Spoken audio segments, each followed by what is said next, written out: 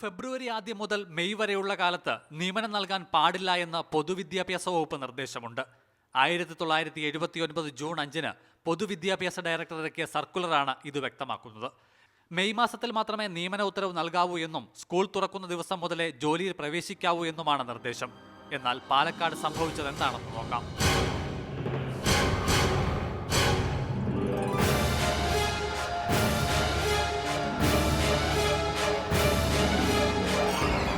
നിയമനത്തിന് വിലക്കുള്ള അധ്യയന വർഷാവസാനം ഇവിടെ 4 നിയമനങ്ങളാണ് നടന്നത്.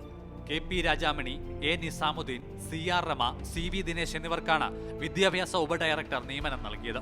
ഫെബ്രുവരി 28-ന് കിഴക്കഞ്ചേരി ഗവൺമെന്റ് ഹൈസ്കൂളിലാണ് KP രാജാമണി നിയമിതനായത്. A നിസാമുദ്ദീൻ കോഴിപ്പാറ സ്കൂളിലും CR രമ നെന്മാറ സ്കൂളിലും നിയമനം നേടിയത് ഇതേ ദിവസം തന്നെ. അവസാന നിയമന ഉത്തരവ് നൽകിയത് മാർച്ച് 15-നാണ്.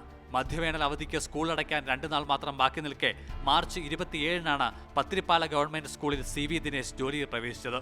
ചുരുക്കത്തിൽ ഒരു ദിവസം പോലും വിദ്യാർത്ഥികളെ പഠിപ്പിക്കാതെ CV ദിനേശ് മധ്യവേനൽ അവധിക്കാലത്തെ 2 മാസം ശമ്പളവും നേടി.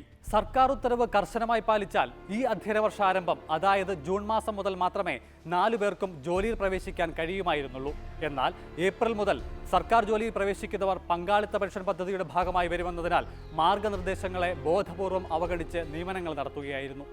വിദ്യാഭ്യാസ ഉപഡയറക്ടർ ഓഫീസിലെ ചില ഉദ്യോഗസ്ഥരും റാങ്ക് ഹോൾഡേഴ്സ് അസോസിയേഷൻ പ്രവർത്തകരും തമ്മിലുണ്ടാക്കിയ രഹസ്യധാരണയുടെ വെളിച്ചത്തിലാണ് ഇവിടെ നിയമനങ്ങൾ നടന്നിട്ടുള്ളതെന്നാണ് മാതൃഭൂമി ന്യൂസ് അന്വേഷണത്തിൽ വ്യക്തമായത്.